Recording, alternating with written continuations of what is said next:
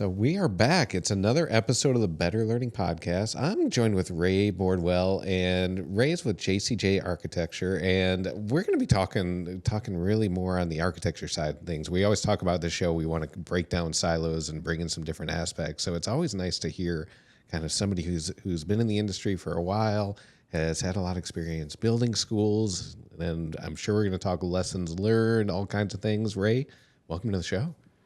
Thank you for having me, Kevin. Glad to be here.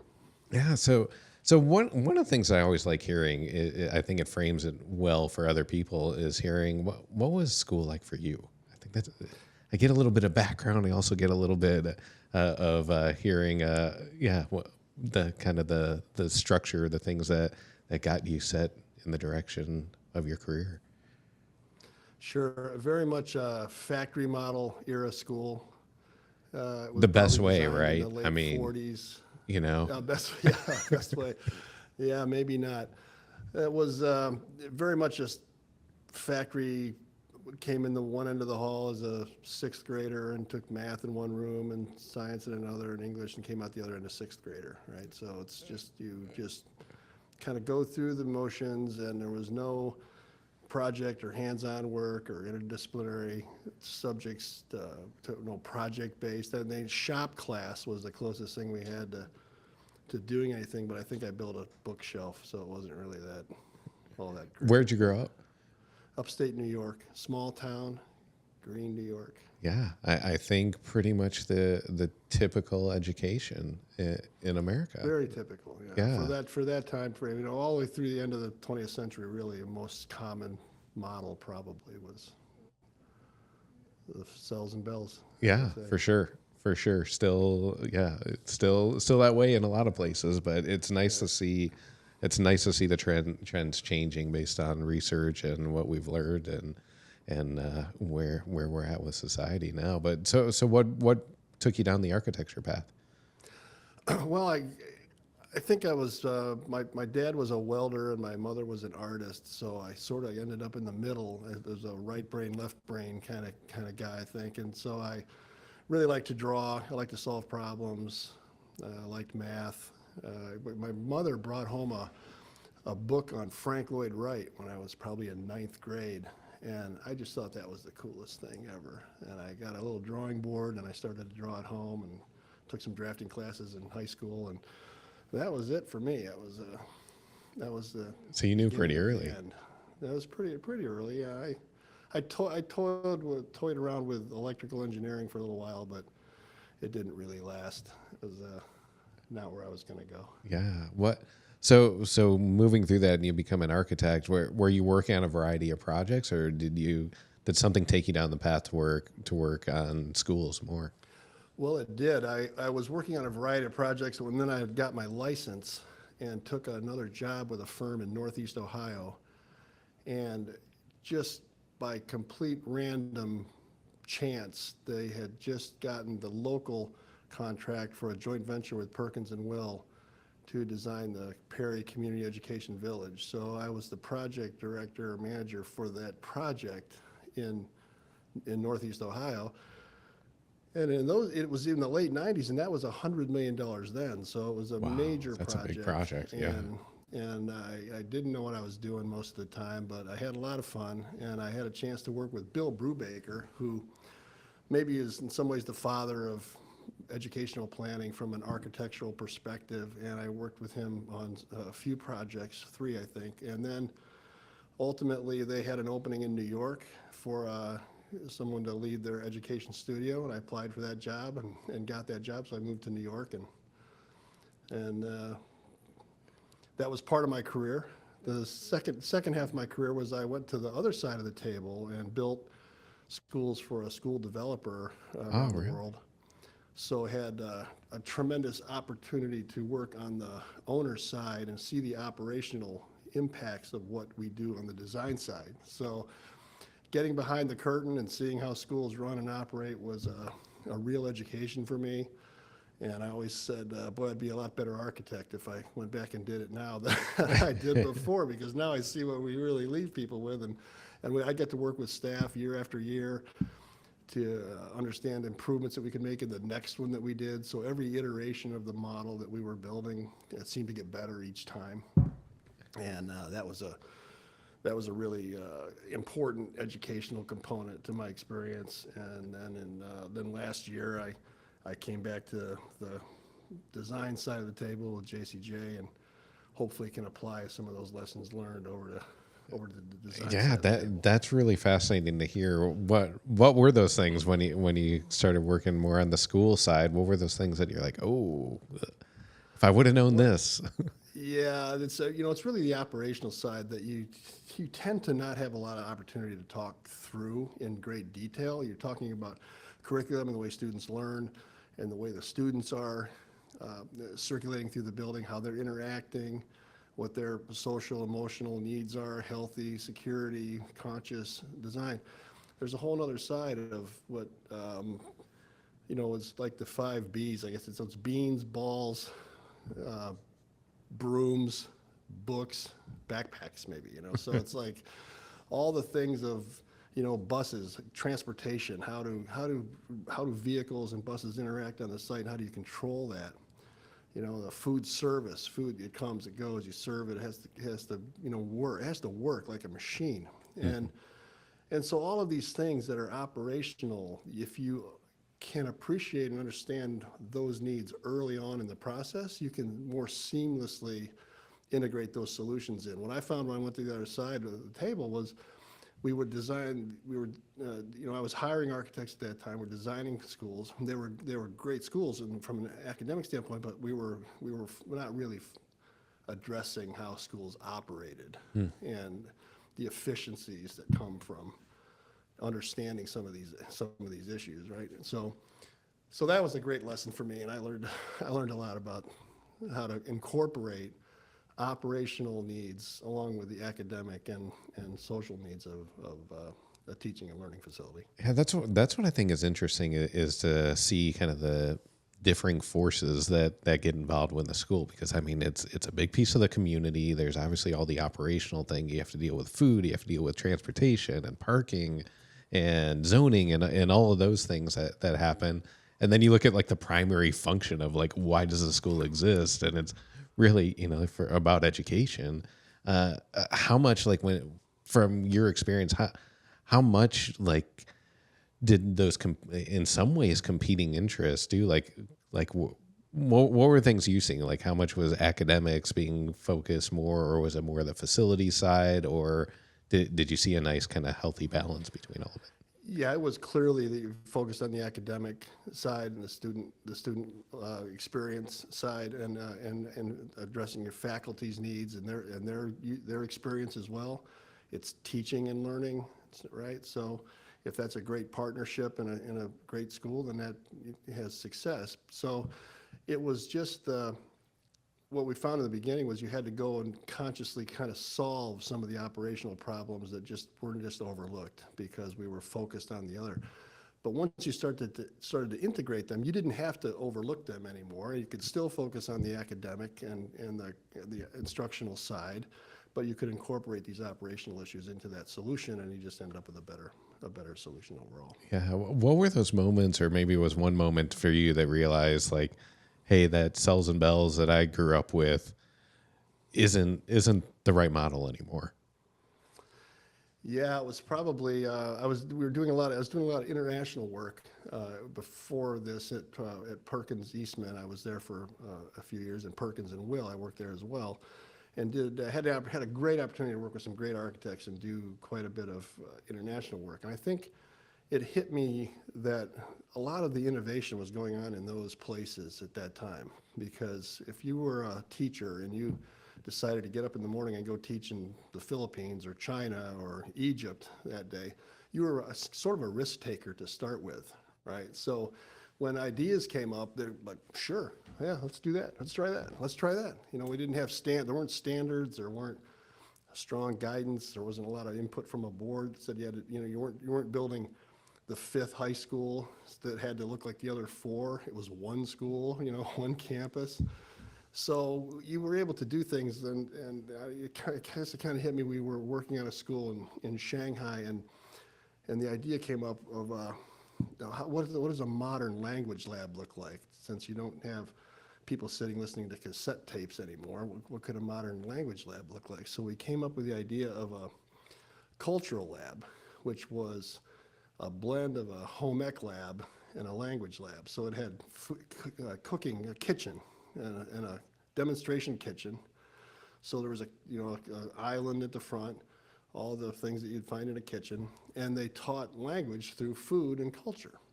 So you could, because if you think about teaching a language through cooking, there's math involved, so there's counting, numbering, there's culture involved about how you serve it, the types of food that's appropriate. So it was it was an idea that came from conversations with educators, and it was easily incorporated there because they said, yeah, sure, let's try that. That's So really cool. that was a moment I said, boy, this is real. There's really a lot of innovation opportunities if you just look for them. Yeah, that's really cool. When you were having those experiences, were you thinking like, "Ooh, I'm going to apply that when I do more things in the States," or was it more you were just focused on the projects? Well, I think you always bring those things back. I think there's lots of ways to think about how experience and best practices and a curriculum overlap each other.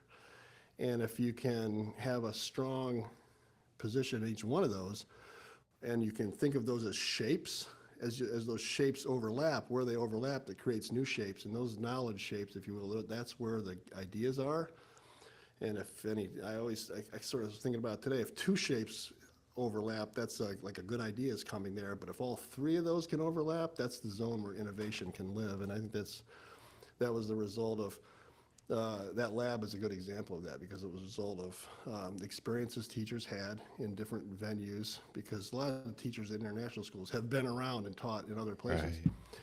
You combine that with sort of the best practices for language and cultural education, and then the experience that we had in integrating different types of building systems and just in the planning component of a school, and you overlapped all three of those, then some ideas, that's where ideas come from.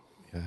If you think back at some of the projects that you're most proud of or you think have been most successful, do you mind talking about some of the elements to that stand out to you? Well, there's been, I always said that my favorite best project's the next one, because I always feel like That's a good I always answer. feel like we can do better. So I think there's moments in schools that your light bulb comes on, if you will, and you take another step forward. I had an opportunity to write a book a few years ago and toured schools around the world. I had a chance to just go see some of the best schools in the world, and it really, it's a long way to answer it, but if I started to feel like, and I think people who've done something for a long time can get this way, I started to feel like I was carrying around a bag of answers, like my tool bag of answers, and when I was asked a question, I just give the answer because I'd answered that question 20 times. And I really felt like I was going into autopilot a little bit. So having the opportunity to sort of break out, think about things fresh, ask better questions is sort of the mantra that I obtained from that experience, was something that carries with me now, still, that I think if you can ask better questions, that's where you can find, some very interesting answers. And just listen, ask better questions. So some of the things that I can think of are, there was another case where before there were STEM labs, this is like, maybe that word was coined around the same time we did this, maybe 2012. We built a left brain, right brain lab, and we couched it as retail space. It's like, we didn't know what it was going to be really, but it's where art could meet science. It was, if you studied a seashell, are you studying art or science? Yeah. And maybe it's a little of both. So we said, we'll build this building, and we'll put 1,200 square feet in the middle. We don't know what it'll be, but they'll figure it out later. And they did. It became a STEM. It essentially became a STEM lab. And so something that I think is always advantageous for people is if they can work into their program somehow, some space that they don't necessarily have to dedicate to a program. It's very difficult to do, obviously, with budgets and construction costs being as tight as they are. It'll give you some of that adaptability built in from day one when you start to change, because adaptability is where the real answer lies for schools now, as opposed to those time capsules of the 20th century that we built that are Yeah. very difficult to change No, and come along. So yeah, I love hearing that. Yeah, I agree. Having those areas where you can say like, we don't know what's going to be here, but we're going to have this here for whatever comes along. and now we know it'll change anyway. We know it'll change. There's no question about it anymore. I think if you look back at a factory model school of the 50s or 60s, that was heavy concrete block, bearing walls, construction, door in the hallway, windows on that side, marker board at the front of the room. Everybody sat this way, and that was never going to change. It was designed to be that and that alone. And I think that's the complete other side of the coin now in the 21st century, where if we can consolidate, the building construction into a more regular patterns, where you can consolidate core things that are hard to change, and give yourself the freedom and ability to adapt later, because you know you will, then you'll get a much longer life out of a building than we could expect to get out of them back in the 50s or 60s. Yeah. All right. You hit a topic that is really intriguing to me, of especially as a podcast host, of asking better questions. So, what were some of those questions that maybe you weren't asking that now you started asking, that opened up different windows? And yeah, I can get in a sidetrack here on kind of this concept of Johari's window, but what were some of those things? Well, that's a tough one, because it's every client's different, every meeting's different. I think, the intent is that you, first of all, should listen to the entire question. Don't get to the point where you hear it coming, you kind of know where it's going, and so you formulate the answer before they're even done speaking. So part of it is just having the, consciously wait and hear the whole question, and then take that and understand if there's enough there to offer a foundation for a conversation about it, or if there's a follow-up question. I know it's not, it's supposed to answer a question with a question, but oftentimes that is what I think could be the better answer, is clarify that, talk about that a little bit more, dive a little deeper into that, or tell me, you said this, but did you mean that? Is it A or B? And you just have to sort of explore the question, and maybe with other questions, because you'll get richer answers, and answers drive and lead to more questions sometimes. And that's, I think, one way to develop some richness and depth to a program or a solution. Yeah, that's a great point. Those open-ended, those follow-up, tell me more, those types of things. Yeah, that whole idea of kind of the Johari's window of like things that I already know, things that others know, and then things that that I know that I don't share, but really that by asking those questions and kind of going wider, you're getting to the point where things that like no one recognized, because you're going through this like exploration process, and it's always trying to get to that point of that's like the true, like those aha moments of like, oh, like that's where that innovation happens.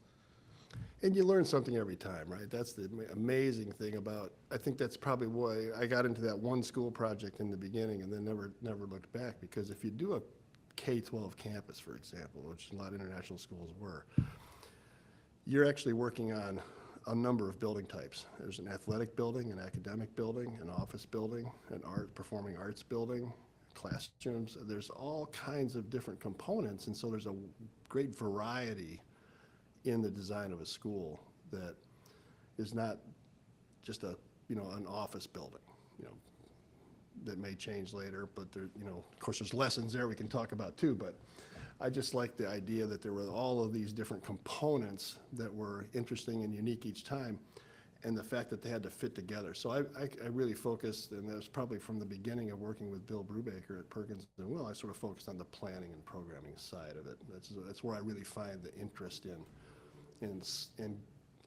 assembling the criteria and finding the path to a solution, as opposed to necessarily solving the solution. There's a lot of great architects out there, a lot of people that can do that better than I. But I like the front end part where you're talking about the big idea. Yeah. Because that's really the foundation of a solution. It has to have a big idea. Yeah. It gets a little weak. Yeah, for sure. So you've had a variety of experience from being on both sides of the table, being able to write a book. What have you not done that you wish you have the opportunity to do? What are the things that you're looking forward to, or things that you would love the opportunity for? I tell you, I've been very fortunate. Love the career that I've had. I've written a book. I taught at the university level in summer classes on planning schools. Worked on both sides of the table, but had a chance to work in 17 countries and 22 states across the U.S. So I've really done a lot of the things that I set out to do, that I wanted to do. And now I really like this part of my career now, because I get to take those pieces and try to apply those to the next one and the next one. So I really do think that, I'm very optimistic that the next one will be my best one. Yeah. So the next project I work on, I want that to be the best one that I Well, if you start thinking the other way, then it's time to move on. Maybe, but yeah. But I think I just want to keep doing I want to do more of what I've done. I want to integrate the individual pieces and individual parts of what I've done. I want to integrate it more and keep doing it. Nice. So because we do have a lot of school leaders that are listening to this, and a lot of times when they have an opportunity to build a new school or do like a major renovation, that may be the only time in their career that they get that opportunity. What would be your message to them if they're just starting that journey? Well, it's scary because it is your one. You feel like it's your one time to get it right.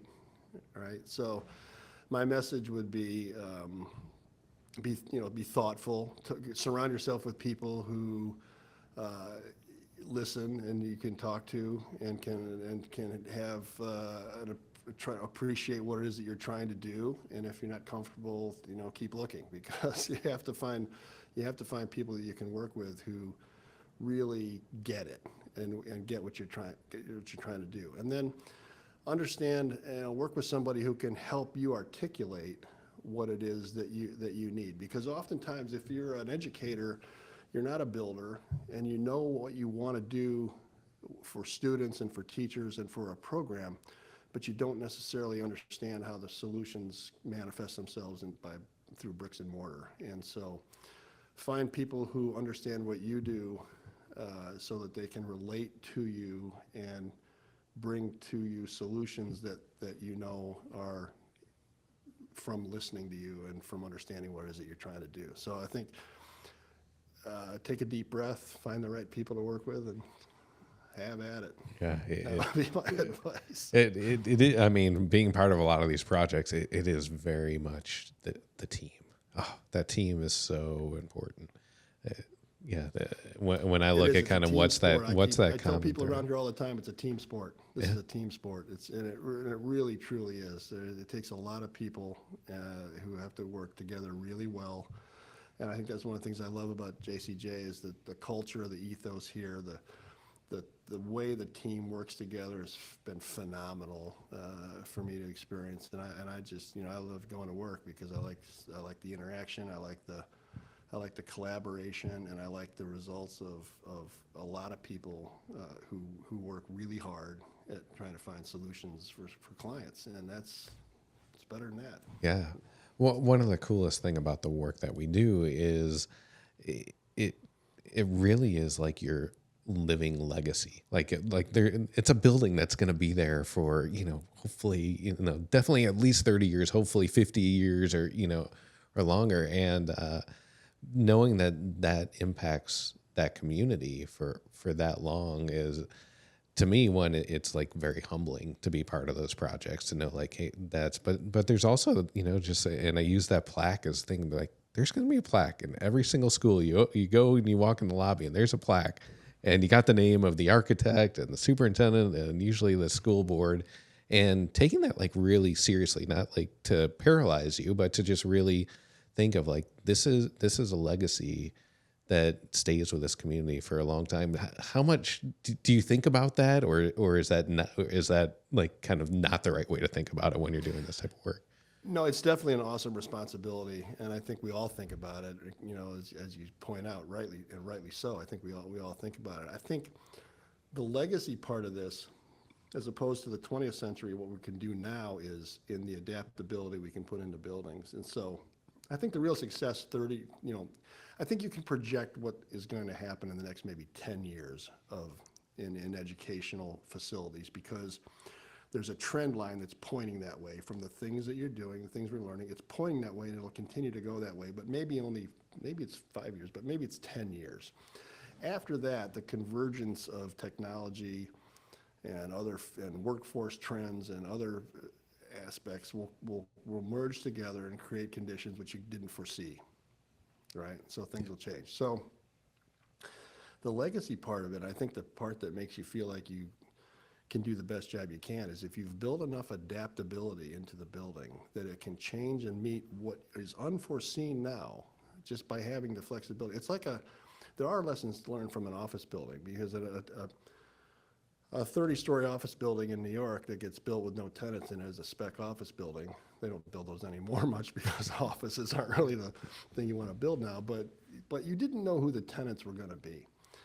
So you got real smart about a consolidated core where the stairs and the elevators and the shafts and things are, and then you kept it as flexible as you could around the perimeter. So if it was a law firm for 5 years, and then it was an architectural firm for 5 years after that, and then it was an accounting firm after that, whatever it was could come in and make that space work. And I think if you can kind of create that in a planning model, and I think there are eras of planning models that and I wrote about this actually, is that there were eras of which models existed, starting with the one-room schoolhouse in 1635, and it lasted a long time. What do we take from that into the next model, and what do we have to do better? And so every model had something that carried over. But now in the 21st century, I don't think there is a model. I think the factory model was the last model. Now I think there's multiple models, changing models. You could call it the flexibility model or the adaptability model, but there's not one model, because one size doesn't fit all, as is said many times, and probably in every school meeting in the country this week, somebody will say one size doesn't fit all, and they'll be right. And so if you can build that legacy of it changed, if you can say yes to questions more often than no, that's better. If you can say, we have a departmental model. Could this building function as an interdisciplinary model? Yes. Could it be a departmental model? Yes. Can I have small learning communities in this? Can I take this out and make a student commons out of this? Yes. The more times you can say yes to optionality, then the longer the life, the more adaptability, and the more useful that building will be in meeting needs of those current needs that are maybe at least tweaked, if not changed, year after year after year. Yeah. That's a real good analogy and important point of talking about that. Just have flexibility, of being able to say yes and have that.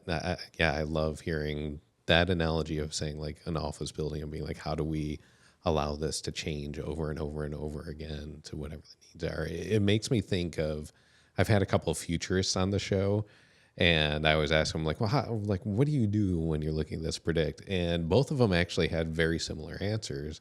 Instead of trying to predict what it's going to look like, they would ask their questions. What do we know with almost certainty will not change? And that, right? Yeah, it was a really interesting way to kind of flip that around. Be like, okay, well, there's probably going to be kids, maybe not as many, but there's still going to be kids. Parents probably aren't going to want them in their house all the time. So they're going to have to go somewhere, but maybe not. Probably a sports team somewhere. Yeah. They want to have friends that they hang out with somewhere. Right. Yeah, that's a really good point. And be like, foundational, right? Those are the foundational things that. Yeah, we may not be talking maker spaces in 20 years, but there's still those things that we know with almost certainty is not going to change. Right? Yeah. So awesome. Well, Ray, I appreciate your time. I know we're coming to the end. Is there anything that I didn't ask you that I should be asking about?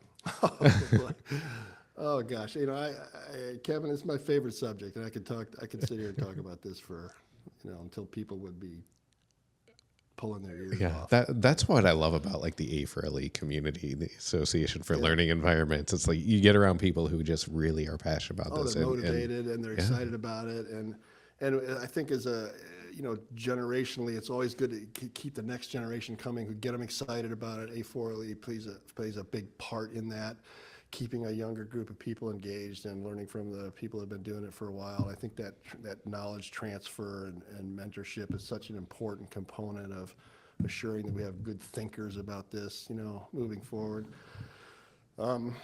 No, I could talk about, a lot of things. I think we covered a lot. There's a lot to cover. I just encourage people to, keep motivated, keep energized. I always say, if I'm really ready to go, I say I'm fired up about this. We have to do something. I'm fired up about it. We need to go do this, and you need to attack it. It's a team sport, but you have to go at it hard. There's a lot of battles. Construction costs are out of control. It's very difficult to keep things, in control. So you have to deal with that along the way, to manage expectations, manage quality, manage alignment with program today, and build that adaptability in for the future. And those are in some ways converging and contradictory missions. Yeah. But build smaller, build better quality equals the same price, and that'll give you better flexibility in the future. So I always like to say, if you can, I would say if you could build smaller and higher quality, it would be better than bigger and cheaper. Yeah. So. Yeah, I love that. Well, Ray, it was great talking to you. Great talking to you too, Kevin. Thanks very much. I appreciate the conversation. Yeah, and hopefully we meet up at some of the conferences coming up here. And to the listeners, if you enjoy conversations like this, if it's helpful for you, please hit subscribe wherever you're listening, whether it's like on Spotify or Apple Podcasts or YouTube or wherever it is. We've tried to put it out into a whole bunch of different formats, social media, so that people can consume this however fits into their lifestyle. But we really do rely on our listeners for a lot. So betterlearningpodcast.com is the hub for everything. And within there is a forum where we get suggestions on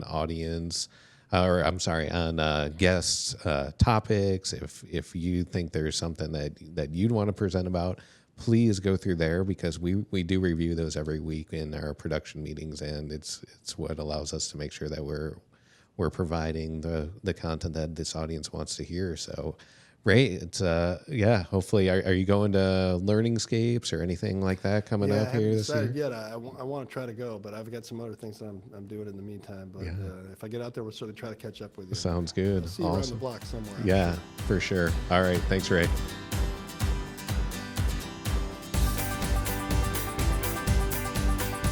The views and opinions expressed on the Better Learning Podcast are those of myself as an individual and my guests, and do not necessarily represent the organizations that we work for, the Association for Learning Environments, K-12, Education Leaders Organization, or Second Class Foundation.